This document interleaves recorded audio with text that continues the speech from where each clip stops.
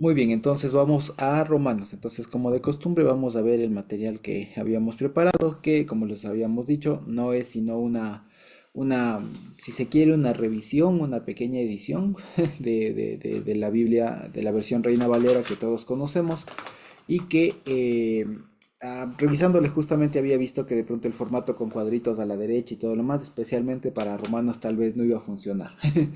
Porque Pablo utiliza muchos paréntesis dentro de paréntesis dentro de paréntesis. Entonces ya lo vamos a ver justamente ahora y me di cuenta de eso a propósito de la segunda parte del capítulo 1 de Romanos y pues más bien digamos la simbología es la siguiente. Ya, la simbología es la siguiente por si para cuando de pronto veamos de nuevo o sea, el video o de pronto tengamos ya a la mano el documento, sí que está en construcción. Pero la simbología es la siguiente. El texto en negro, que siempre va a estar con el margen más hacia la izquierda, es el texto, digamos, principal. Después ustedes van a ver que hay un segundo nivel que por lo general va a estar en color azul, ya, que va a ser como una especie de paréntesis o de algo que se abrió, digamos, que no es parte del texto principal, así por así llamarlo. Y si dentro del texto principal hay otros paréntesis que se van abriendo, siempre van a estar con un margen más o con una sangría más hacia la derecha, ¿sí? Y posiblemente y seguramente de otro color. En este caso, solo porque son los colores que están a la mano, está negro en texto principal, azul y después verde y después un verde más oscuro, si es que fuera. Ya, entonces, eso lo vimos la semana anterior. ¿De acuerdo? Y nos habíamos quedado justamente en lo que ya veíamos, que básicamente como es costumbre de Pablo, en los primeros versículos, si no cabe, si no ya desde el saludo, es que ya comienza diciendo el propósito de todo el libro, de toda la carta en este caso. Y como ustedes se acordarán, puede ser, o más bien dicho, es que Pablo tiene una urgencia, digamos, de ir a Roma con un determinado objetivo. ¿Por qué Pablo quería ir a Roma? Básicamente con un propósito, podríamos decirlo así, unificador, de unificar la educación, la creencia, si se quiere, la doctrina que se estaba teniendo. Porque acuérdense ustedes que la comunidad de Roma, la iglesia de Roma, no fue una iglesia fundada por Pablo, sino fue fundada por otras personas, no se sabe específicamente quién, pero era una iglesia que no fundó Pablo, a diferencia de los Gálatas, Efesios, de Colosenses, Corintios, etcétera, que sí los fundó. ¿Ya? Entonces él tiene conocimiento de que hay una comunidad muy floreciente en Roma, pero que tienen algunos problemas, si se quiere, en cuanto a convivencia. Ya, son unos problemas que tienen de convivencia, pero derivados de una conceptualización o de una comprensión de la palabra. Entonces Pablo les dice lo que les voy a decir ahorita, quisiera decirles estando presente, como ustedes sabrán que he querido ir muchas veces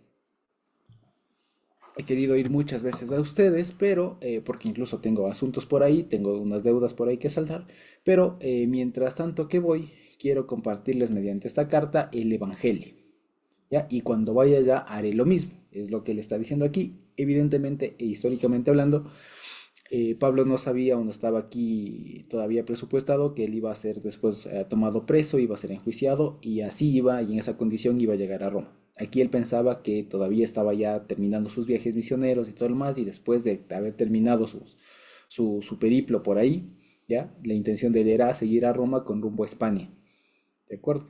Pero evidentemente esto no pasó.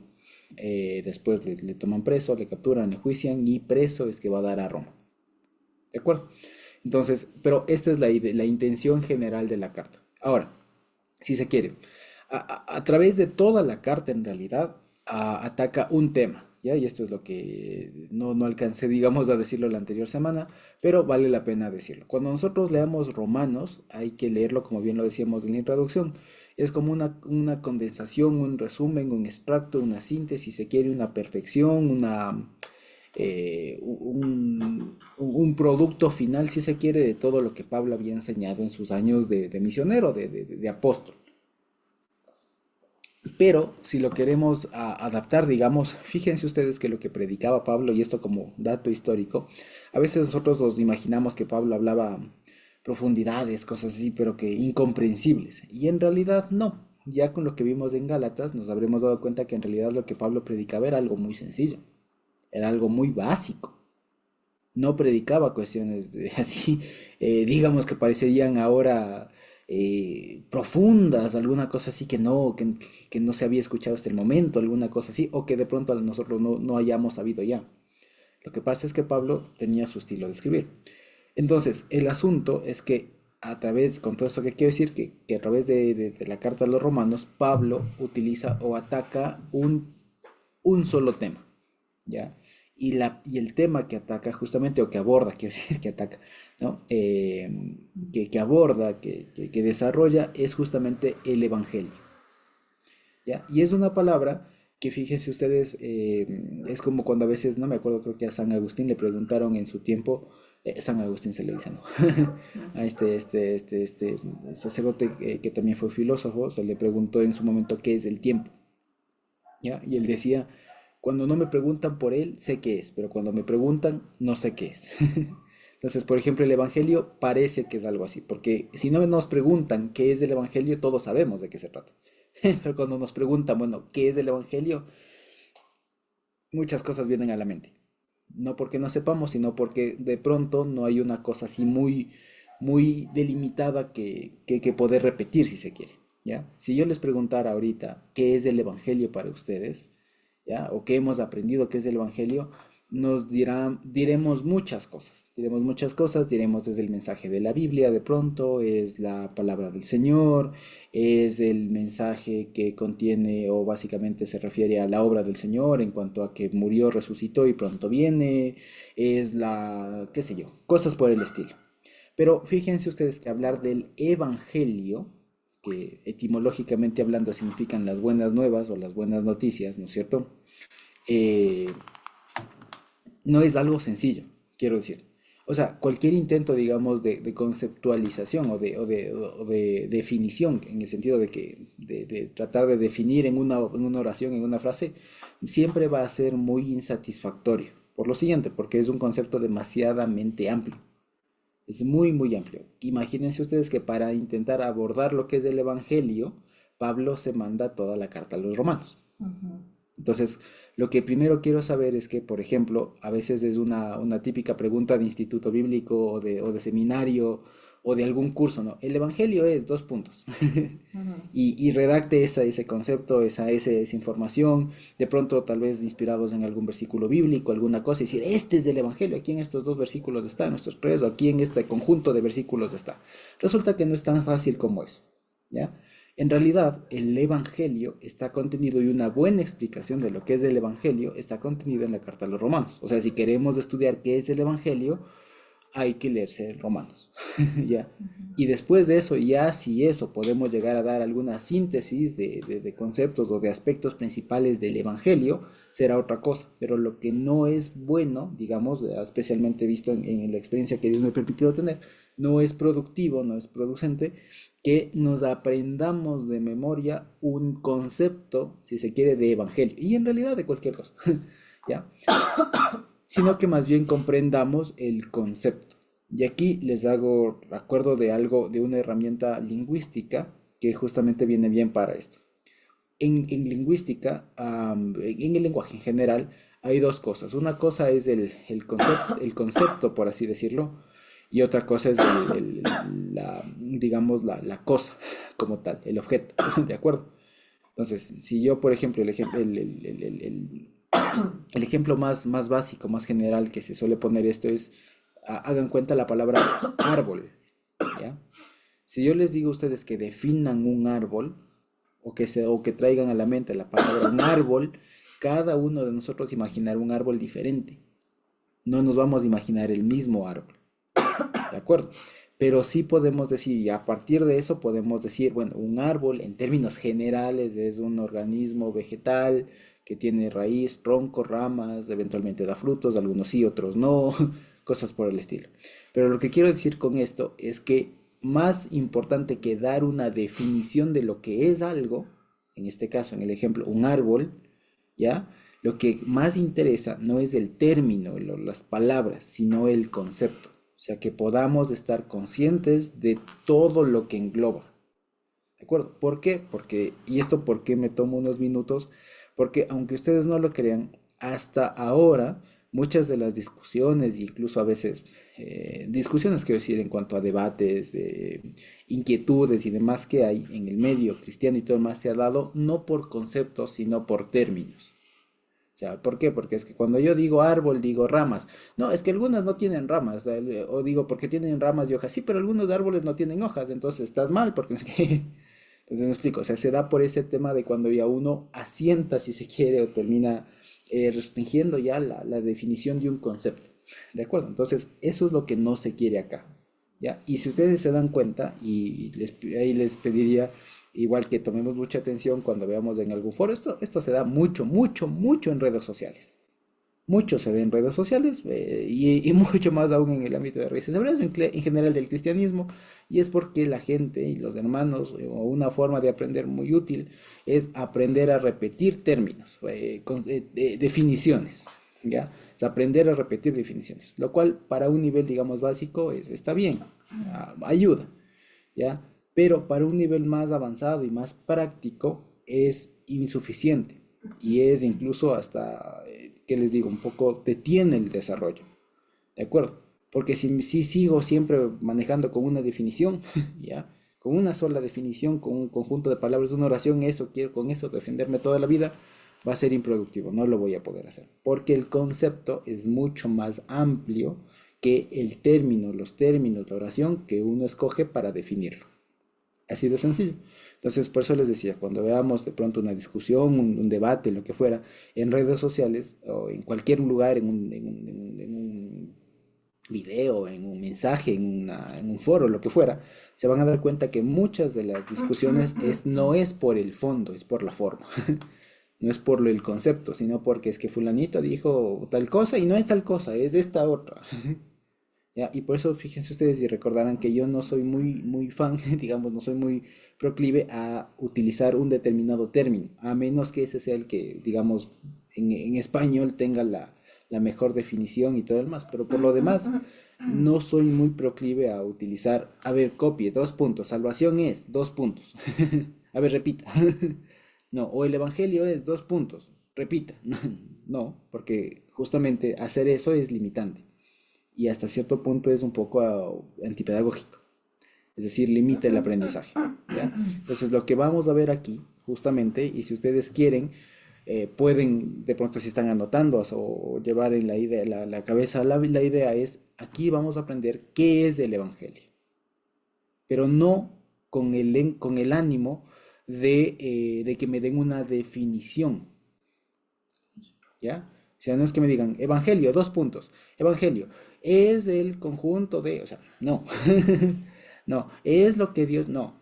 O sea, eso es lo que quisiera que vayamos un paso más allá, porque eso es limitante, eso es todavía, como diría Pablo o el escritor de los Hebreos, es todavía ser como niños, ¿ya? Entonces ahora vamos de la mano de Pablo, como le escribía en su momento a los romanos, a los hermanos romanos, a ver qué es el Evangelio o qué nomás engloba el Evangelio. ¿Ya? Eso es. Entonces, fíjense ustedes. Si retomamos desde el versículo 15, entonces, del capítulo 1, dice, así que en cuanto a mí, diría Pablo en su momento, estoy pronto a anunciarles el Evangelio también a ustedes que están en Roma. ¿Ya? Entonces, desde aquí ya nos anticipa que el tema de todo esto va a ser el Evangelio. Entonces aquí uno diría, bueno, ¿qué es el Evangelio, querido Pablo? Amado hermano Pablo, ¿qué es el Evangelio para ti? ¿Qué Dios te ha enseñado que es el Evangelio? Y solo con esto, fíjense, solo con el versículo 16 y 17, son uno de los versículos que, según estuve revisando, son súper, súper y ampliamente comentados y estudiados y desmenuzados, todo lo demás. Porque justamente creo yo que se puede abundar muchísimo. O sea, una vez más, si tomáramos esta metodología de ir palabra por palabra de estos dos versículos, lo acabamos siendo en un mes.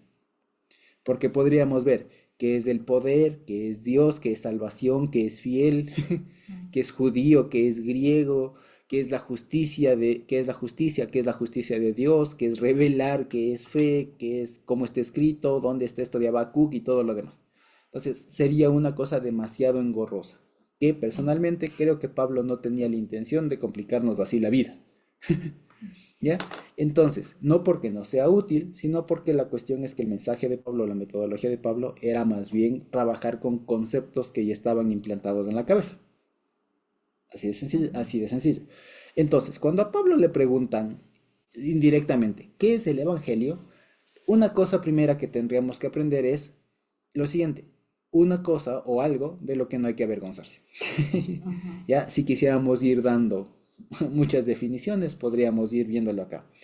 Aquí primero, vale la pena decirlo. Esto de no me avergüenzo del Evangelio, y de hecho, si ustedes se pudieron conectar antes de que comenzáramos, sonaba una canción, está en hebreo, es de Chuck King, se llama así, como Chuck Norris, pero Chuck, y King como rey, se llama en hebreo es Enei Bosh, que lo que canta es este versículo, dice, Enei Bosh Besorat HaMashiach, ya no me avergüenzo del Evangelio de Cristo, y después dice, porque es poder de Dios para salvación de todo aquel que cree. ¿Ya? Canta básicamente el versículo 16. Es una canción muy bonita y todo lo demás. Después lo canta en inglés. Hay otras versiones de esta canción. Si quisieran, después les paso el enlace. Pero esa es la canción que estaba sonando porque es muy interesante, primero, por un lado, escuchar una canción del Evangelio sobre esta parte, y segundo, porque esta parte del no me avergüenzo tiene mucha relación con lo que dijo en su momento el Señor Jesús, por ejemplo, el que si alguno se avergonzare de mí, no, delante de los hombres, yo también me avergonzaré de él delante de mi Padre. Creo que lo dice en Marcos o en Mateo, ¿no es cierto? En alguno de los evangelios está. Eh, y esto, a su vez, se entendió que este no me avergüenzo llama mucho la atención porque esto es el equivalente a decir yo confieso. Es la forma negativa de decir yo confieso. ¿Ya? ¿Me explico? ¿Y esto por qué? Porque ya lo vamos a ver más adelante, el avergonzarse básicamente está relacionado con callar, con no hacer público. Eso en términos generales es vergüenza, más allá de ese sentimiento de cohibirse, ¿no? En términos generales, el avergonzarse está relacionado con el acto de callar, con el acto de no reconocer algo que uno es o lo que fuera, ¿ya? Entonces, cuando dice no me avergüenzo, es lo mismo que decir yo proclamo, yo publico, yo declaro, yo confieso el Evangelio, ¿ya? Hay algunas versiones, y seguramente ustedes lo podrán ver, que aquí añaden de Cristo. Sin embargo, esa es una adición que consta en algunos pergaminos, en algunas versiones, pero no en todas. Entonces es suficiente con decir el Evangelio. ¿Sí? Y le he puesto aquí con estas letras versalitas para que justamente nos sea más visible de que de eso va a hablar Pablo en adelante. Ahora bien, dice, ahora, ¿por qué Pablo, primero, si se quiere, ¿por qué Pablo les va a anunciar el Evangelio? Esa es la pregunta. La primera es porque no se avergüenza, es decir, porque él confiesa el Evangelio, porque él lo concibe, lo confiesa, él lo proclama, lo asume, ¿de acuerdo? Y después, si le siguiéramos preguntando, Pablo, ¿por qué no te avergüenzas del Evangelio? ¿O por qué lo sostienes, lo declaras, lo proclamas? ¿Ya? ¿Por qué? Diría Pablo, porque es de poder de Dios para salvación a todo fiel. ¿Ya? Si somos literales, y ustedes lo verán como siempre he dicho, aquí en esta versión he hecho algunas adecuaciones en cuanto a la traducción, porque ahí en nuestra versión, en la Reina Valera, seguramente ustedes lean para salvación de todo aquel que cree, ¿ya? El asunto es que como ya hemos visto ampliamente, cuando aparezca el verbo creer y la palabra fe en hebreo, digamos en español, en nuestras versiones, una vez más, del verbo creer o la palabra fe, debemos saber que detrás en griego está apareciendo la palabra pistis como fe o la palabra pisteos o sus conjugaciones para creer. Sin embargo, estas palabras recordemos que tienen más bien su ancla en una concepción, si se quiere, más bien hebrea de la palabra que tiene que ver con fidelidad o con fidelizar, con afianzar algo. ¿De acuerdo? Entonces, en los lugares en donde se pueda, digamos, ver la palabra fe o creyente o creer o lo que fuera, he preferido cambiarle o si no, como ya lo vemos más abajo, poner en cursivas para que hagamos el ejercicio de, de, de, si se quiere, ¿cómo se diría? De sustituir el concepto en la cabeza. ¿De acuerdo? Entonces, si le preguntan a Pablo, decíamos, ¿no? ¿Por qué no te avergüenzas del Evangelio? ¿ya? Diría porque es poder de Dios para salvación a todo fiel. ¿De acuerdo? ¿A cuál fiel? Al judío primeramente y también al griego. ¿Por qué más? Porque en el Evangelio la justicia de Dios se revela desde fe hasta fe. Como está escrito, más del justo por la fe vivirá. ¿Y por qué más, Pablo? Porque la ira de Dios se revela desde el cielo contra toda impiedad e injusticia de los hombres que retienen con injusticia la verdad.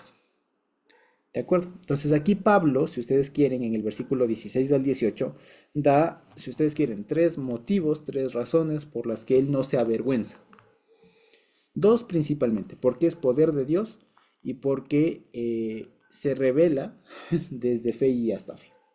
¿De acuerdo? Si ustedes quieren, y si se quiere la tercera, porque, bueno, estas dos principalmente. ¿Por qué, digamos, se separa esto? Porque justamente aquí se ve alguna forma de cómo Pablo concebía un aspecto del Evangelio. Obviamente no podemos decir que esta es la única definición de Evangelio, como les decía. Si yo quisiera dar una definición de Evangelio, tranquilamente puede ser el Evangelio, copie 2 puntos, Romanos 1:16, es poder de Dios para salvación. Pero si digo solo eso, es muy corto. Puede ser muy, muy, muy desglosable, pero es muy corto, es muy, muy impreciso si se quiere todavía.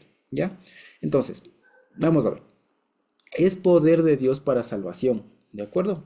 Ahora, el Evangelio tiene justamente esta característica. Por un lado, tiene, lo que quiero que primero veamos es que el Evangelio, como les decía, no es una cosa, ¿ya? No es una sola cosa que se le puede enfocar solamente de una perspectiva, sino que más bien es algo demasiadamente o más bien bastante amplio. ¿De acuerdo? Ahora, el Evangelio, primero que nos dice Pablo que es poder de Dios. Poder de Dios. ¿Eso qué significa?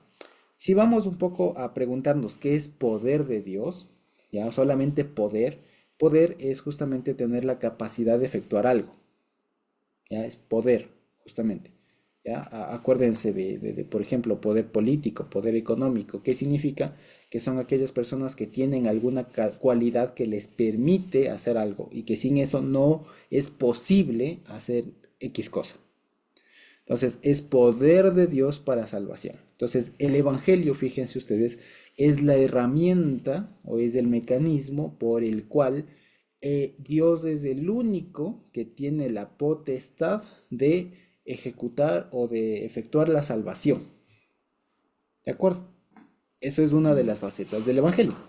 ¿Ya? Entonces, si se quiere, el Evangelio es algo práctico en ese sentido. Es algo práctico, para que no veamos que el Evangelio es una teoría, una cosa así, sino más bien es algo dinámico. De hecho, detrás de la palabra poder en griego está la palabra dynamis. ¿Ya? Dynamis, poder, movimiento, ya, potencia, como suelen decir. ¿De acuerdo? Es algo movimiento, es algo que está en movimiento, que está en ejecución. Entonces, si se quiere, es poder de Dios para salvación a todo fiel. ¿De acuerdo? Ahora, cuando habla de todo fiel, aquí Pablo hace un desglose, una explicación respecto de justamente abordando la situación de Roma, en donde había judíos y griegos. Ya después en el futuro va a abordar más a fondo este tema de los judíos y los griegos, pero aquí les explica o les deja explícito, por si no fuera todavía evidente, que la salvación es tanto al judío como al griego. ¿Ya? Y aquí siempre ha surgido la duda de por qué Pablo utiliza la referencia griego. Porque normalmente se tendría que haber dicho al judío y también al gentil, por ejemplo, que es un término más genérico para referirse a cualquier persona no judía. Algunos sugieren que, y en realidad no se sabe, ya no se sabe, pero algunos sugieren que utiliza griego porque era como justamente más allá del idioma, era la cultura más, digamos, globalizada en la región. ¿Ya? Y porque de alguna manera recogía justamente como un simen del decir gentil, toda la gente, ¿ya? Luego, otras es que sugieren también que más bien utilizó griego porque la palabra gentil podría ser entendida como algo un poco insultante. Acuérdense que según el lenguaje judío, decirle a alguien gentil era como un insulto, como algo Dice, tú eres un gentil, ya como algo menospreciante, ya, o menospreciador. Entonces, el asunto es que aquí utiliza al judío y también al griego. Evidentemente, más allá de los términos que utiliza, es justamente para referirse a que, explicando que dentro del grupo de todos los fieles existen, si se quiere, por cuanto a arraigo sanguíneo, dos tipos de creyentes, el judío y el griego. Es decir, uno que tiene un abolengo, un antecedente histórico, familiar, cultural, que tiene más contacto con lo que es el Señor, mientras que otro no. Eso básicamente. Y después otra razón que dice Pablo de por qué no se avergüenza del Evangelio. Dice, porque en el Evangelio la justicia de Dios se revela desde fe y hasta fe. Y esto es un quebradero de cabeza, ¿ya? Especialmente esto, él en el Evangelio la justicia de Dios se revela. Entonces, ¿esto qué significa?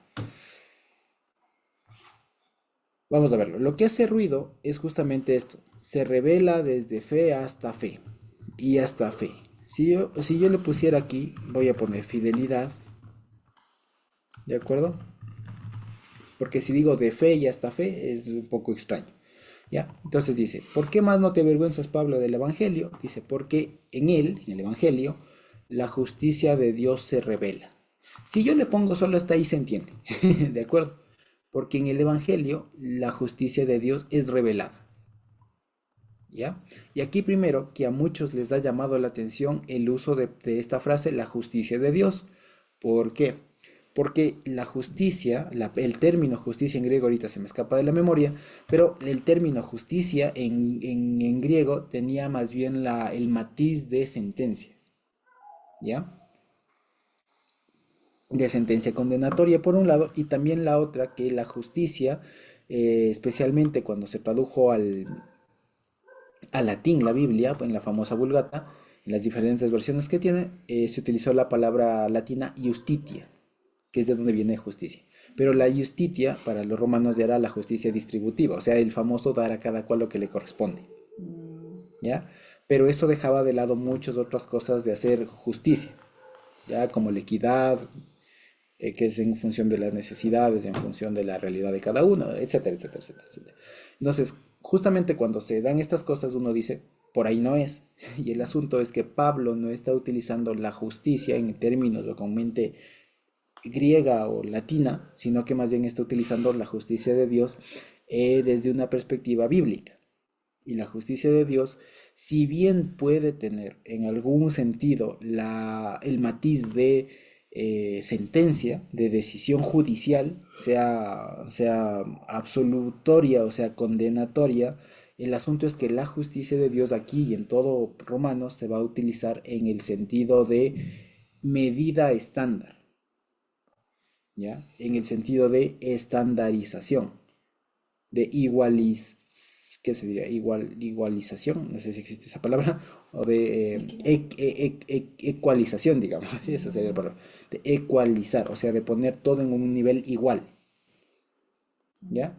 Ese es el asunto. ¿Por qué? Porque acuérdense que la justicia, como bien hemos hablado, y aquí de pronto, no sé, si nos gusta mucho el hebreo, sabemos que justicia en hebreo, la palabra básica, la más utilizada para justicia es la palabra tzedek, con tz, tzedek. Y eso, como bien nos suele explicar el hermano Eric, tiene que ver con el deber ser, ¿ya? Pero el deber ser es justamente un estándar. El deber ser es una medida que se debe llenar.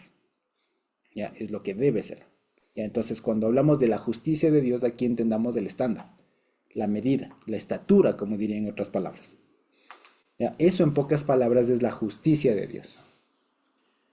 ¿De acuerdo? Entonces, en el Evangelio, la justicia de Dios se revela. Ahora, la justicia de Dios no solo, como habíamos dicho, es del estándar, sino también, si se quiere, es algo que opera, ¿ya? Que opera en las personas, ¿ya? En ese sentido, la justicia de Dios no es solo el estándar, si se quiere, alto que Dios establece, ¿ya? De actuación, de ideas, etcétera, etcétera, etcétera, sino también es el producto de haber sido justificados, si se quiere. O sea, es como se acuerdan las definiciones que daba ese diccionario el pequeño Larousse, de acción y efecto de. ¿Se acuerdan ustedes? ¿ya? Entonces la justicia es tanto el estándar, ¿ya? Lo que se debe llenar, lo que se debe cumplir, lo que se debe colmar, como también el efecto de que Dios nos haya justificado, de que Dios haya hecho a una persona llenar el estándar. Eso también es la justicia. Entonces, por un lado es el estándar y por otro lado es el llenar el estándar. ¿De acuerdo? Llenar la medida. ¿Sí? Entonces, tiene esos dos matices, digamos, la palabra la justicia de Dios. Así de manera muy sencilla. ¿De acuerdo? Ahora, se entiende entonces que con el Evangelio la justicia de Dios se revela. ¿Se entiende? Es decir, con el Evangelio, ¿no es cierto? Es aquello que también permite revelar, y aquí aparece la palabra apocalipsis, o sea, de quitar un velo, o se revela, ¿no? Se quita el velo, es decir, se deja visible cómo es que opera el acto de llenar el estándar por parte de Dios. ¿Sí me explico? Si no está claro, me estoy haciendo un poco confuso en alguna parte, avísenme, ¿ya? Pero ese es el asunto. Entonces, es decir, de otra manera. De esta manera, a través del Evangelio, es posible notar, darse cuenta cómo es que Dios hace que una persona, sea judío o sea gentil, llene el estándar. ¿De acuerdo? Se ha llevado a cumplir la estatura, la medida. Ahora, eso hasta ahí se entiende. Luego, lo que genera siempre un poco de ruido es esto, desde fidelidad y hasta fidelidad. ¿De acuerdo? O como ponen en las versiones, desde fe y hasta fe, o como es que ponen, de fe y para fe. De fe y para fe. Y eso todavía es un poco extraño. El asunto es que aquí marca, y es una doble reiteración de una misma palabra en griego, pero lo que marca, y en general esta frase o este tipo de y hasta, denota un inicio y un siguiente grado. ¿Ya? Muchos utilizan, por ejemplo, versículos de la Septuaginta en donde se utiliza este tipo de redacción. Y es como justamente, tiene en términos sencillos la idea de grado, de fidelidad hasta fidelidad. ¿Ya? Entonces, esto queda mucho y digamos, habría que en realidad solamente preguntarle a Pablo qué quiso decir con esto, porque hay muchas opciones para entenderlo. La una, por ejemplo, como algunos suelen decir, desde fidelidad hasta fidelidad, algunos entiendan, desde la fidelidad antes de venir a Cristo, ¿ya? Y desde otra, digamos, hasta la fidelidad que se alcanza después de haber llegado a Cristo, especialmente desde el ámbito judío, por ejemplo. Si el judío venía con un cierto nivel de fidelidad, de conocimiento, de educación, pero cuando conoce al Señor es llevado a otro nivel. Luego, otros identifican como origen y destino, ¿ya? Entonces, algunos lo que entienden es como que esto es un ciclo, digamos, que se encierra en sí mismo, ¿ya? Como un ciclo que lo engloba todo de la fidelidad y hasta la fidelidad, como que si justamente la justicia de Dios, por ejemplo, lo que estábamos hablando, partiera, digamos, o sea, tendría su origen en la fidelidad y el objetivo es la fidelidad. Es un poco confuso, lo puedo entender. Pero la otra, y digamos que es más sencilla de comprender, es que la justicia de Dios se revela, digamos, desde fidelidad y hasta fidelidad, es como decir cada vez más, es decir, de manera gradual.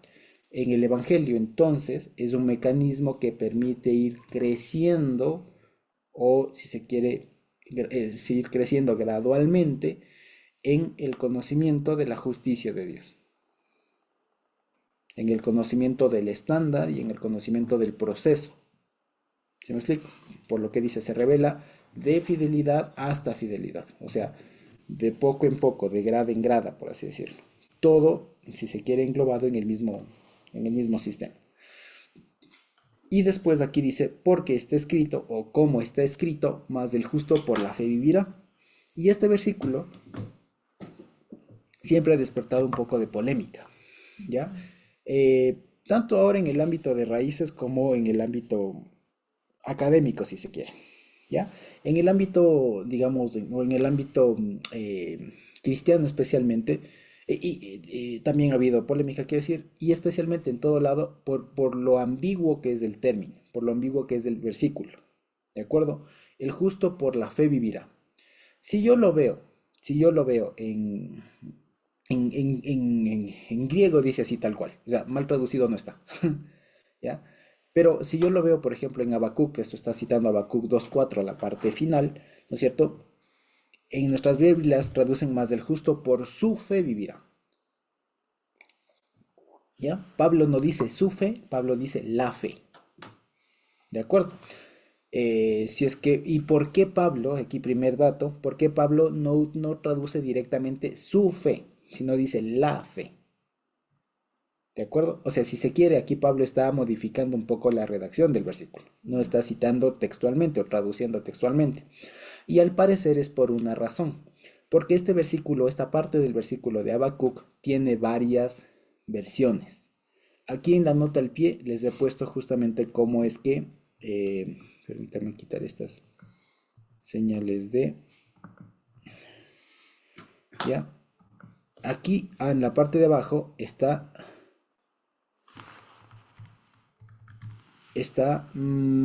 replicado, si se quiere, el versículo en hebreo, ¿de acuerdo? ¿Qué dice aquí? Betzadik beemunato yihye. Así dice. Betzadik beemunato yihye. ¿Esto qué significa? El tzadik, por o en la fidelidad de él vivirá. ¿Ya? ¿Y por qué les digo que aquí Pablo escogió poner la fe y no su fe, como está como está en Habacuc? Por una razón. Porque incluso al momento en el que Pablo estaba, habían diferentes versiones del versículo. Una de las principales es que decía la siguiente, si algunas decían, por así decirlo, el justo por su fidelidad vivirá. Y luego había otra versión que decía, mi justo por su fidelidad vivirá. ¿Ya? No sé si se entiende. La una versión decía así tal cual y la otra versión decía, y mi justo por la fidelidad vivirá. Y esto básicamente lo que se entiende es que había dos tipos digamos, de comprensión de este versículo. La primera, que es que la fe del justo es la que le otorgaba el acceder a la vida. ¿De acuerdo? Si yo leo el justo por su fe vivirá, o sea, la fe del justo, ¿se entiende? Se concluye de ahí que la fe del justo es la que le permite al justo vivir. ¿De acuerdo? ¿Ya? Luego, cuando yo leía o cuando se lee, por ejemplo, algunas versiones de la Septuaginta que dice mi justo por la fe vivirá, al decir mi justo, ahí diría en hebreo, tzadiki ve'emunato yihye, cuando diría mi justo, lo que se estaría poniendo el énfasis ya no es en la fe del justo, sino en la fe o en la fidelidad del Señor, porque es el justo del Dios vivirá por su fe, vivirá a causa de la fidelidad del Señor si se quiere. Entonces había, en ese momento en el que Pablo estaba escribiendo, había al menos dos versiones de este versículo. ¿De acuerdo? Eso lo pueden ver ustedes, está en la Septuaginta, está en varias versiones de la Septuaginta y demás. Entonces lo que se concluye de ahí, y lo que algunos estudiosos concluyen, es que Pablo justamente opta por una versión más neutral. No necesariamente porque quiere ser impreciso con la cita bíblica, sino porque no quiere hacer referencia justamente a todo este debate. Y solamente quiere hacer un guiño, una referencia al versículo de Habacuc. Así de sencillo. ¿De acuerdo? ¿Por qué? Porque ya les digo, si yo incluso leo en hebreo, es ambiguo. Si yo lo leo en hebreo, esto aparte, esto entre paréntesis, si yo lo leo en hebreo, es ambiguo. ¿Por qué? Porque no sé la fidelidad de quién. O sea, vuelvo a lo mismo. Yo digo, por eso le he puesto aquí, fíjense, y el sadik, el justo, por la fidelidad de él vivirá. ¿De él de quién? ¿De Dios o del justo? ¿Ya? Entonces, y hay razones, digamos, para entenderlo de los dos lados, y son válidas. ¿Me explico? Son válidas para entender de cualquiera de los dos lados. ¿Por qué? Porque si yo digo, como normalmente hemos optado por leer nosotros, que el justo por la fidelidad de Dios es que vive, se entiende y tiene todo el sentido. Pero por otro lado, si ustedes lo ven como hemos entendido siempre, pero bien entendido, y decimos, el justo por su fidelidad, o sea, por la fidelidad del justo es que vive, también tiene sentido. Y sin ser digamos, incorrectos en la lectura. ¿Por qué? Porque el justo, por la fidelidad que ha recibido, su fidelidad, o sea, por su forma de comprensión, es que vive y tiene sentido. ¿Me explico? Entonces, hay razones y muy de peso para entender las dos formas de lectura. O sea, de entender tanto que por un lado, para términos de justificación y de salvación, es la fidelidad de Dios la que justifica, y por otro lado, que para términos humanos, para términos de desarrollo, es la fe de cada uno, digamos, la fidelidad de cada uno, la que nos permite vivir. ¿Me explico? La que nos da chance, digamos, o lo que nos da las herramientas para vivir, quiero decir. ¿De acuerdo? Entonces ahí cuando uno entiende que había esta doble, digamos, comprensión del versículo, es que entiende por qué Pablo opta por una neutral. El Pablo dice, ¿no? Más del justo por la fe vivirá. Entonces opta por una traducción neutral que evita por un lado este debate y por otro lado se remite directamente al texto de Habacuc. ¿De acuerdo? Si se quiere, justamente porque al parecer este versículo engloba esta disyuntiva entre el judío que tenía más su cuestión de abolengo, de todo lo demás, y el griego de justificación, todo lo demás. O sea, justamente este versículo me parece que fue estratégicamente escogido por el debate y por las diferencias de redacción que había. Y Pablo no escoge ninguna, por así decirlo, sino escoge una más neutral para denotar esto. O sea, lo que Pablo está aquí haciendo es brillante, si me explico. Y por eso les decía, a veces solamente remitir, por eso es que a veces solamente remitirse, es que aquí Pablo está citando Habacuc 2b, 2.2.4, la parte última, vamos a ver cómo está en hebreo. No es sencillo, no es del todo. Y esto, por ejemplo, les digo, yo aprendí esto hoy, ya, o sea, con ocasión de esto, quiero decir, de este estudio, porque yo no estaba al tanto, por ejemplo, que había otras versiones, incluso a la época de Pablo, de este mismo versículo. Y eso hay que traer también para el análisis, ¿ya? Y de por qué Pablo a veces escribe como escribe. Y no es porque está siendo, digamos, impreciso con la traducción, con el hebreo, o porque está trastocando la palabra, sino porque en el contexto este versículo era objeto de debate, si se quiere, en cuanto a cómo comprender. Y lo que hace Pablo es brillante. Y se sirve de ese, si se quiere, de esa doble versión, si se quiere, del versículo, justamente para apoyar su explicación. Es brillante lo que hace Pablo aquí.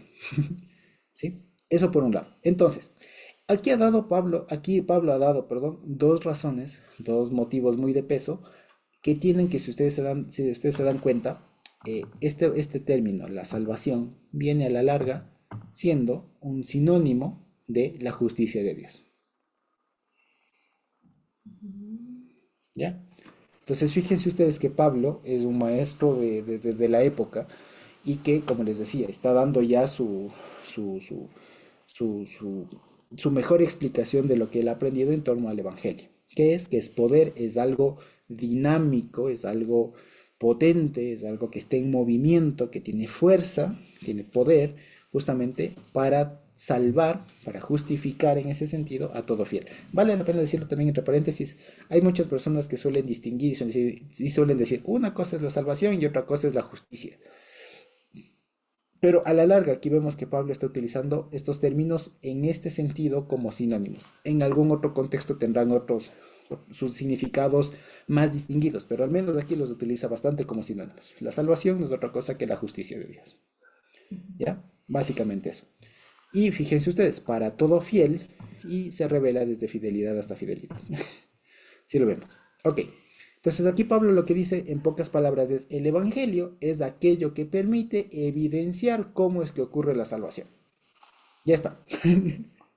Si me explico. O si se quiere, el Evangelio es la herramienta que Dios ha puesto o Dios utilizó para salvar al mundo, para que se beneficie, para salvar a su pueblo, a los justos, a los fieles.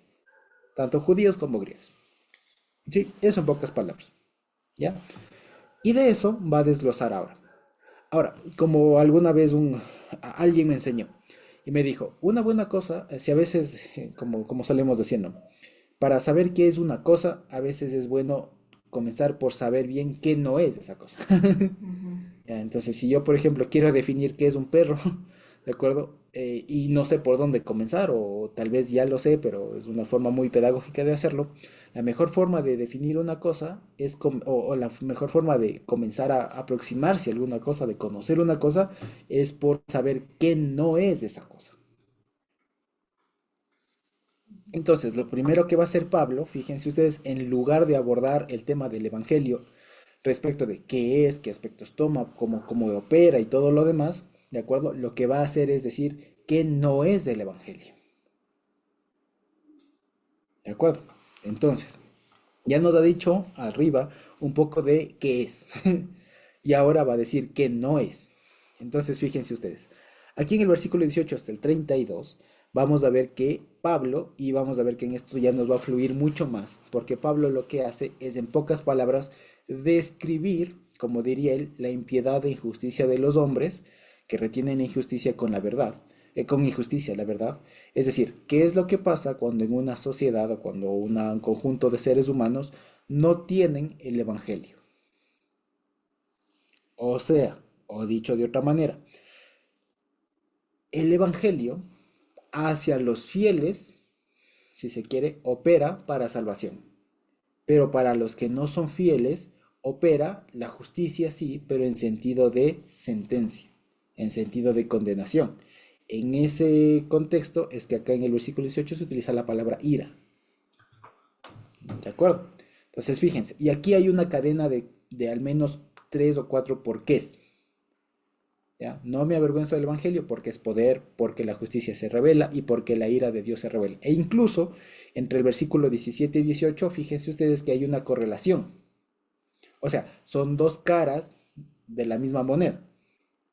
Por un lado, fíjense, en el 17 dice, porque en el Evangelio de Dios, en el Evangelio, la justicia de Dios se revela, y acá dice, porque la ira de Dios se revela. Si lo vemos, entonces, ¿esto qué podemos decir? Que la justicia de Dios y la ira de Dios son dos caras de la misma moneda. Por un lado, la justicia de Dios tiene la acción de justificar a una persona.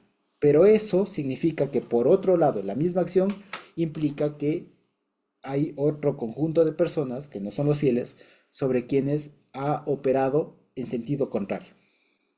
Ujú. ¿De acuerdo? Entonces, si para los unos es para salvación, a los otros para condenación, Ujú. si se quiere. Entonces, fíjense ustedes cómo Pablo redacta. Ya les digo, aquí Pablo está siendo muy prolijo y muy brillante con cómo está escribiendo. Ya les digo. Entonces dice, porque la ira de Dios, o sea, la otra cara de la justicia de Dios, ¿no? Se revela desde el cielo, o sea, de una manera divina, quiere decir, esto es divino, esto es del cielo, contra toda impiedad e injusticia de los hombres que retienen con injusticia la verdad. Esto, digamos, es una forma muy poética, muy adornada de decir a los hombres que no son salvos. No es otra cosa, fíjense. Se revela desde el cielo contra, en oposición a, ¿no es cierto?, impiedad e injusticia. Fíjense ustedes, no sé si notan toda la complejidad del lenguaje que Pablo está usando, pero está hablando de lo mismo. Como les decía, fíjense, la justicia, el correlativo, el opuesto, es la ira de Dios. ¿No es cierto? O sea, el castigo. ¿De acuerdo? Y luego, la impiedad e injusticia es lo mismo o la contraparte de la fidelidad de los justos. Fíjense ustedes. Entonces, si por un lado el Evangelio permite ver la justicia que Dios opera para los fieles, por otro lado, también el Evangelio permite ver la condena que Dios trae, digamos, o ha prescrito para la impiedad e injusticia de los hombres. ¿De acuerdo? Pero no de cualquier hombre, Ujú. sino de los hombres que retienen con injusticia la verdad. O sea, de los impíos. ¿De acuerdo? Y aquí comienza a decir, porque, y aquí abre un paréntesis, ¿ya? Aquí abre un paréntesis y dice, porque lo que de Dios se conoce les es manifiesto, pues Dios se lo manifestó. Porque las cosas invisibles de Él, su eterno poder y deidad, se hacen claramente visibles desde la creación del mundo, siendo entendidas por medio de las cosas hechas, de modo que no tienen excusa.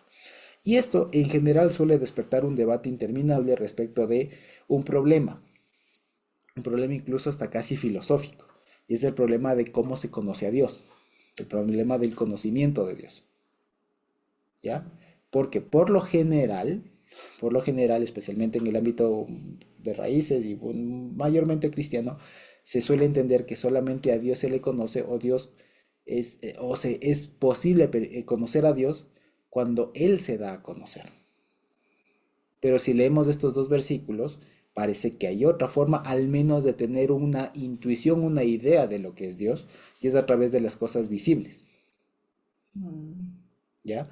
Que lo que justamente aquí dice Pablo, o estaría diciendo Pablo, es lo siguiente. Los impíos tienen una ligera noción de lo que es Dios, ¿ya? Los impíos tienen una noción de lo que es Dios. ¿Y cómo? A través de las cosas visibles. O sea, saben lo que es Dios, que es algo invisible, como dicen, ¿no? Su eterno poder, deidad, su magnificencia, todo lo demás, son cosas que no están visibles, que no son reveladas, pero incluso estos impíos tienen alguna noción de eso. ¿A través de qué? A través de las cosas que son hechas, a través de las cosas que sí son visibles. Entonces de ahí se ha despertado, como les digo, un montón de interés al respecto de esto, porque lo que se suele decir es que evidentemente o eventualmente, quiero decir, cualquier persona que no sea creyente, que no sea cristiana, por así decirlo, este, tiene alguna capacidad de darse cuenta de una manera mínima al menos de que Dios existe a través de algunas evidencias, si se quiere, de la naturaleza, de la creación, si se quiere. ¿Ya? Eso básicamente. Y es, digamos, es algo que, si se quiere, no es loco, digamos. Lo que aquí está diciendo Pablo no es que hay otra forma de conocer a Dios, sino que tan evidente es la presencia de Dios que aún a través de la creación misma es posible que alguna persona tenga una ligera intuición de lo que es.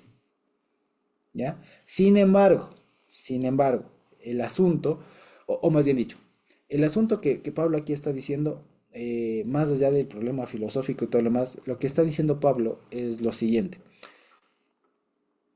Tan evidente es que Dios existe y que Dios, lo que estamos hablando, el Evangelio y todo lo demás, tan evidente es, pero el asunto es que por alguna razón la mayoría de hombres no se da cuenta, Mm. no les es posible ver.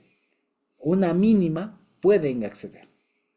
Entre otras cosas, por el testimonio de nosotros, algunas cosas que en la naturaleza no se explican, cosas por el estilo, o sea, alguna noción tendrán. Pero más allá de eso, ya más allá de eso, tienen una razón más de fondo, que es lo que no les permite, ¿ya? Que es lo que dice en el 21. Pues habiendo conocido a Dios, o sea, de una manera mínima, entiéndase, de una manera mínima, o sea, teniendo alguna noción de Dios, no siendo conocidos, salvos, no, sino simplemente teniendo alguna noción de Dios, no le glorificaron como a Dios ni le dieron gracias, o sea, esto, acuérdense que dar gracias significa confesarle, que es lo que diría acá, o sea, no me avergüenzo, ¿ya? Dice, no le glorificaron como a Dios ni le confesaron, sino que se envanecieron en sus razonamientos y su necio corazón fue entenebrecido. Profesando ser sabios, se hicieron necios y cambiaron la gloria del Dios incorruptible en semejanza de hombre corruptible, de aves, de cuadrúpedos y de reptiles. ¿Esto qué quiere decir?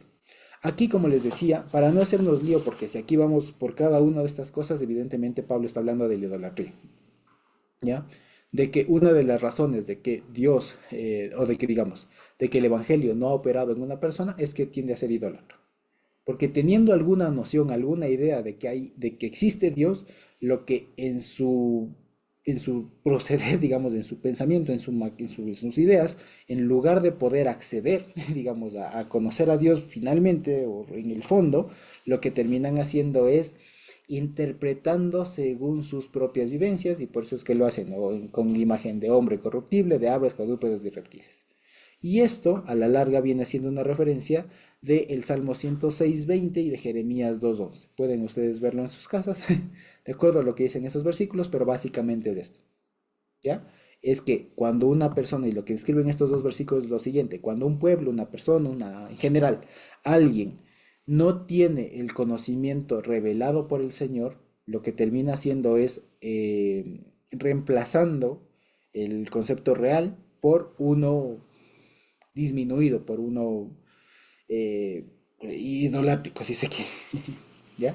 Eso básicamente. Y luego, en otro momento, en un segundo momento, lo que termina haciendo Pablo, describiendo, como les digo, a todas estas personas que no tienen el Evangelio, ya que no han recibido el Evangelio, describe unas prácticas un poco más fuertes, si se quiere. Aquí al inicio, la primera, digamos, consecuencia, si quieren ustedes, que Pablo da respecto de aquellas personas a quienes el Evangelio no les alcanza, ya, es que tienden a ser idólatras. Es decir, no alcanzan, no tienen los mecanismos, no tienen el mecanismo para reconocer finalmente a Dios, sino que tienen una ligera noción de algo y eso les permite interpretarlo a través de cosas de este mundo. Ergo, es decir, idolatría. ¿Ya? Esa es la primera, digamos, el primer síntoma de que de que no están con el evangelio, de que no ha sido revelado el evangelio a esa persona. Luego, la segunda, e incluso derivada de lo anterior de la idolatría, es ya cuestiones un poco más prácticas. E incluso, que si se quiere, ya es de cómo utilizan el cuerpo. Si se quiere, visto de otra manera, la primera es de cómo utilizan la mente y la otra es de cómo utilizan el cuerpo, si se quiere. O sea, de cómo utilizan sus creencias, de cómo es que se organizan sus ideas, y la otra de cómo utilizan su cuerpo, cómo es que viven a la larga. mm, ¿Ya? Entonces dice, por lo cual también Dios los entregó a la inmundicia. Y aquí fíjense ustedes, en el versículo 24, 26 y 28 se da unas cadenas de Dios los entregó. ¿Ya? ujú, Si ustedes ven en el 24, Dios los entregó, en el 26 Dios los entregó y en el 28 Dios los entregó. ¿Ya?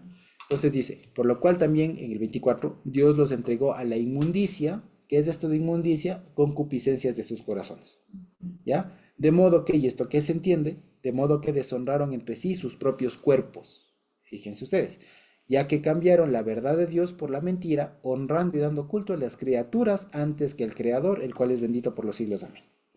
Dice, por esto Dios los entregó a pasiones vergonzosas, pues aún a sus mujeres cambiaron el uso natural por el que es contra naturaleza, y de igual modo también los hombres, dejando el uso natural de la mujer, se encendieron en su lascivia unos con otros, cometiendo hechos vergonzosos hombres con hombres y recibiendo en sí mismos la retribución debida a su extravío. Y como ellos no probaron tener en cuenta a Dios, Dios los entregó a una mente reprobada para hacer estas cosas que no convienen, estando atestados de toda injusticia, fornicación, perversidad, avaricia, maldad, llenos de envidia, homicidios, contiendas, engaños y malignidades, murmuradores, detractores, aborrecedores de Dios, injuriosos, soberbios, altivos, inventores de males, desobedientes a los padres, necios, desleales, sin afecto natural, implacables, sin misericordia. ¿Qué describe todo esto? Fíjense ustedes, si fuéramos igual como cuando Pablo hablaba de los frutos de la carne, ¿ya? Primero, como sabemos, esto aquí no es bueno, no es recomendable ir uno por uno, evidentemente. Sino aquí, fíjense ustedes, me he permitido encerrar estos tres versículos, este conjunto de Dios los entregó, ¿ya? En un cuadrito, en un recuadro, porque justamente describe mayormente la consecuencia, otra, o digamos, evidencia un poco más la consecuencia o sea, es la contraparte de los que no están en el Evangelio, ujú, ¿ya? Que mayormente es esto, tienen una mente reprobada y su propio cuerpo lo utilizan mal, ¿de acuerdo? La primera, si ustedes se fijan, en la primera parte de este 21 al 23 y el 24, básicamente tienen el mismo hilo.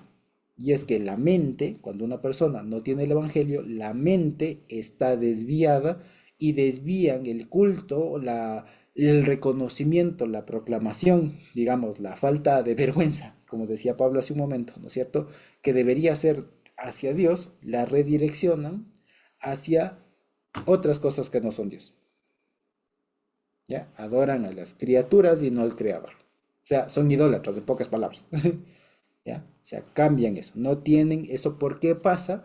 Porque la persona no tiene la mente capaz, ¿no es cierto?, de reconocer a Dios como Dios.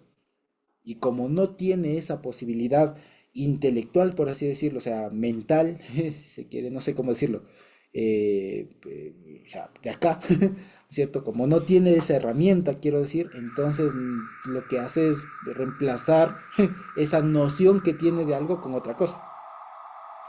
Sí, no es la mente de Cristo en ese aspecto. Exactamente, lo que diríamos, el salvo tiene la mente de Cristo y por eso puede reconocer a Dios como Dios. Como el otro tiene apenas una noción y sabe que hay algo por ahí, pero no tiene la herramienta como para hacerlo como corresponde, entonces de esa ligera noción la redirecciona a otra cosa, Mm. ¿ya? La Busca redirecciona su propio. a filosofías, a religiones, idolatría en general. ¿De acuerdo? Ahora, y después, justamente por eso, como consecuencia de lo anterior, es que Dios les entrega, o sea, esto de que Dios les entrega incluso se podría sonar un poco extraño si vamos así. Porque si uno diría, pero es que ¿cómo Dios entrega a la gente al pecado? Pero Dios, ¿cómo va a entregar al pecado? Sonaría extraño. El asunto es que justamente se puede entender de una manera más sencilla. Les deja a disposición de, ¿ya? Lo que pasa, y aquí entre paréntesis, nosotros especialmente por alguna razón, se dijo en algún momento como que Dios no puede, como aquí dicen, ¿no? Dios, que Dios no tiene ira. No, sí tiene ira. Alergia. Sí tiene ira. Más allá de alergia, sí es coraje. O sea, sí se enoja. No, no, no es un enojo humano, eso sí. ¿Ya? No. Si se quiere, claro. No es que Dios al pecado solamente le estornuda. Explico, no. O sea, sí tiene una reacción, digamos, adversa. Mm. O sea, obviamente. ¿Me explico? ¿Ya? Eso básicamente. Ahora, ¿qué pasa? No es que le da libre albedrío, no. Lo que pasa es que, digamos, Dios opera, y eso ya lo vamos a ver de diferente manera. Con los que son salvos, Dios les da sus instrucciones y los salvos, su fidelidad, caminan según sus instrucciones. Ahora, ¿qué pasa? Yo les digo, ¿qué pasa si es que a una persona hagan cuenta que tienen dos personas, ¿ya? En un trabajo, el que fuera. Y al uno le capacitan y al otro no. ¿Qué pasaría? El que le capacitan sabría ¿Cómo proceder? cómo proceder, cómo actuar en el trabajo. Y al que no, pues haría lo que bien puede. Claro. ¿Me explico? Eso es el asunto. Entonces, básicamente aquí, para entender esto de que Dios los entregó, ¿no? No es que Dios les puso así todavía más, les puso ahí les puso ahí todavía más a su disposición todo. No, sino que dicho de otra manera, es visto, esto digamos está en voz activa, ¿no? O sea, Dios los entregó. Pero si le pongo en voz pasiva, es como decir, Dios no les dio la fidelidad. Mm. Por lo tanto, quedaron a merced de lo que había. O sea, así como nosotros, cuando Dios nos toma, tenemos toda la oportunidad de desarrollar nuestras potencialidades para el bien, cuando Dios no toma a alguien, ¿qué creen que pasa? Tiene toda la oportunidad, los entrega, tiene toda la oportunidad de desarrollar sus habilidades o sus capacidades para lo que pueda y como bien pueda, ¿ya? Eso básicamente. Aquí vale la pena decirlo, ¿ya? Aquí vale la pena decirlo.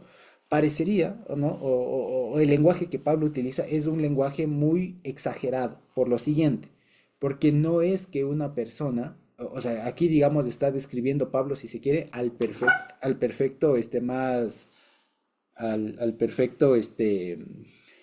condenado, pero el que ya es el colmo. Ya me explico, el que ya es el colmo, el que evidentemente no es. Me explico. Pero lo que quiero decir es justamente esto, así Pablo lo hace por razones expositivas, o sea, porque él quiere dar a notar algo. El asunto es que ya en la vida no encontramos a una persona así que sea tan pervertida, tan perversa. ¿Me explico? ¿Ya? Entonces lo que quiere decir aquí Pablo está retratando, está describiendo el colmo de males. ¿A dónde va a dar una persona que no ha sido salva? en donde a una persona en la que no ha operado el Evangelio, el poder de Dios para salvación. ¿Me explico? Entonces, ¿por qué les decía eso? Justamente, porque fíjense ustedes. Ahora, sí, ¿por qué? Porque si me lo tomo yo a pecho esto así literalmente, diría yo, podría terminar concluyendo y mal, ¿no es cierto? Que toda persona pecaminosa evidentemente termina haciendo esto que dice el versículo 26 o 27. O sea, que a la larga vendría siendo actos de homosexualidad, por ejemplo. ¿Me explico? O sea, si yo dijera así, si yo lo tomara así muy a pecho esto, podría concluir, y mal, ojo, de que todo aquel que no es tomado por el Evangelio termina en actos como estos. Y no es cierto. ¿Me explico? ¿Qué es lo que pasa y por qué toma Pablo esto como ejemplo? Porque es el más evidente de cuando de a dónde puede desembocar todo esto. O sea, digamos, tan no tienen la capacidad, la mente de Cristo, que incluso llegan al colmo de hacer con su cuerpo cosas que no son. O sea, de mal usar su cuerpo, de atentar contra su propio cuerpo. Y no les importa. Y piensan que eso está bien. ¿Por qué pasa eso? A la larga, en el fondo, si se quiere desde un punto de vista espiritual, porque, y como les decía, Pablo lo toma como el ejemplo más grosero, por así decirlo, ¿ya? Porque en el fondo, entre otras razones, no tienen la mente de Cristo. Y a eso puede desembocar. Pero es solamente un ejemplo de alguien que sin el Evangelio no tiene las herramientas para cuidar su cuerpo. ¿Ya? Eso es todo. Entonces, por un lado dice, el que no tiene el Evangelio no cuida su mente, no tiene las herramientas para cuidar su mente, sus pensamientos, sus ideas, y por otro lado tampoco tiene las herramientas para cuidar su cuerpo. Y puede llegar a estos extremos. Eso es lo que quiere decir en pocas palabras. Y por eso mismo dice, Dios los entregó a una mente reprobada para hacer cosas. Entonces, fíjense, este versículo 28 es una condensación de los dos.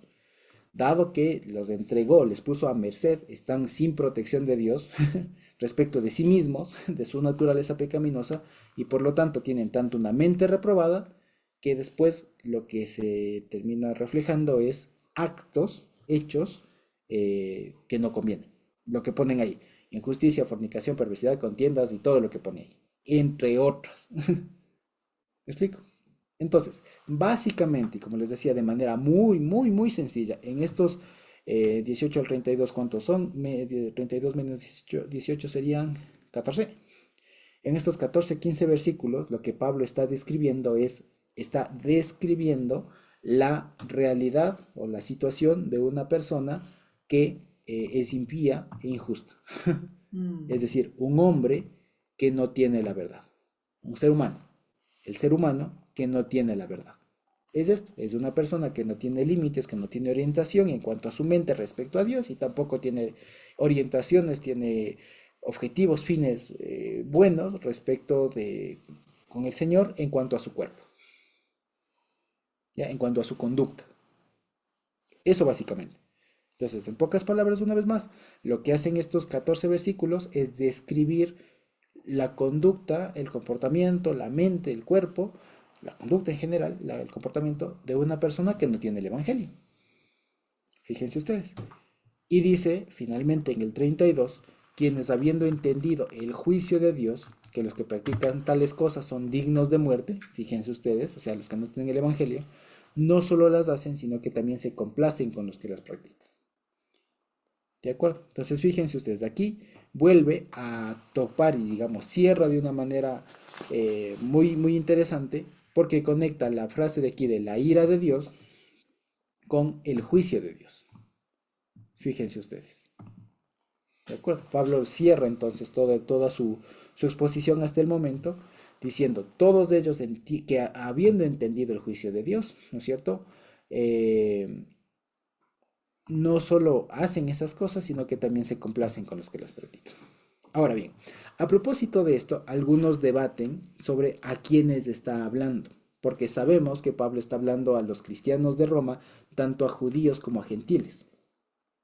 Entonces, algunos presumen o suponen, digamos, o explican que esta descripción, esta primera descripción que hace hasta aquí, que es el final del capítulo 1, Pablo lo hace respecto de cualquier ser humano. Cualquier ser humano está en esta capacidad. ¿Ya?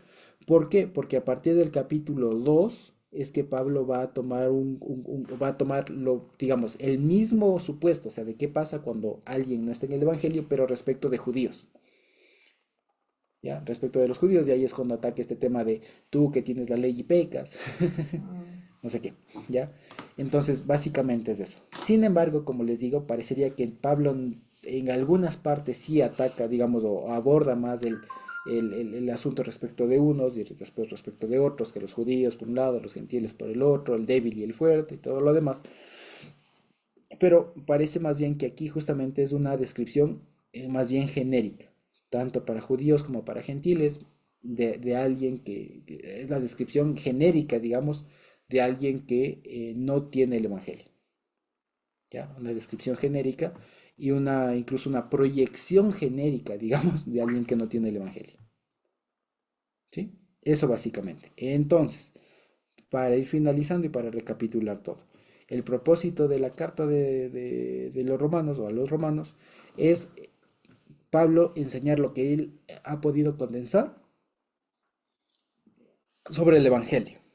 ¿De acuerdo? Primero comienza diciendo algo de lo que es poder, se revela, ¿no es cierto? Y después aborda la contrapartida, la otra cara del Evangelio, digamos, o sea, del efecto que tiene hacia los que no son salvos del Evangelio o los que no están amparados por el Evangelio. ¿Sí? Y describe todo lo demás. En términos muy sencillos, son personas que, como no son salvas, no tienen las herramientas para actuar bien y por lo tanto quedan a merced de sus propias mentes y de sus propios deseos, de sus propios cuerpos, que pueden llegar al punto de atentar contra su propio cuerpo y no darse cuenta.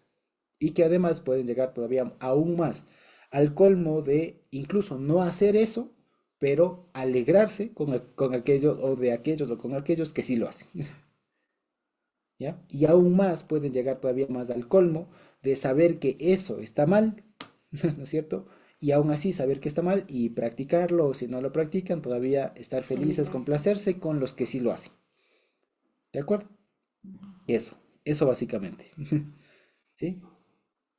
Eso prácticamente. Entonces, como podemos ver, es fácil una vez más perderse en el relato de Romanos. Y yo les digo, si es que lo leemos así de corrido en las Biblias, y incluso hasta el formato casi que no ayuda, porque como son renglones, digamos, o columnas, por lo general dos columnas en cada hoja, y son a veces letras chiquitas y todo lo demás, y Pablo aborda una cosa, otra cosa, y hace listas y todo lo demás, entonces es fácil perderse. Por eso justamente he procurado hacer esto de una manera un poco más visual, con colores y todo lo demás, como para que veamos qué está diciendo Pablo, ¿ya? Entonces, fíjense ustedes, voy a leer finalmente solamente cómo se entenderían las ideas principales, ¿de acuerdo? Para que veamos el mensaje. Diría desde el 16. Así que en cuanto a mí, pronto estoy a anunciarles el Evangelio también a ustedes que están en Roma, porque no me avergüenzo del Evangelio. Porque la ira de Dios, sí, no me avergüenzo del Evangelio. Hasta ahí sería la idea principal. Después, ideas secundarias principales, por así decirlo, ¿ya? Dice, porque es poder de Dios para salvación a todo fiel, porque en el Evangelio la justicia de Dios se revela desde fidelidad y esta fidelidad, porque la ira de Dios se revela desde el cielo contra toda impiedad e injusticia de los hombres que retienen con injusticia la verdad, quienes habiendo entendido el juicio de Dios, que los que practican tales cosas son dignos de muerte, no solo las hacen, sino que también se complacen con los que las practican. Si lo vemos, se entiende. Creo que de esa manera se entiende un poco mejor. Ya, la idea general. Ya si lo queremos desglosar, está en todo lo demás. ¿Ya? Ahí se entiende mejor, creo yo. ¿Sí?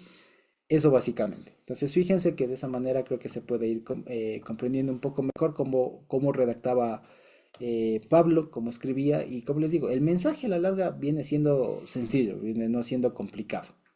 ¿Ya? Está describiendo qué es el Evangelio y en un primer momento aborda cómo es no estar en el Evangelio, como es el, por así decirlo, no evangelio.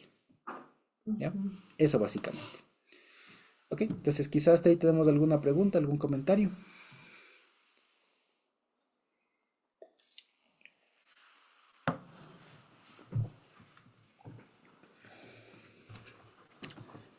¿No? Ok, entonces creo que podemos ir terminando, bendito Dios, la grabación por hoy.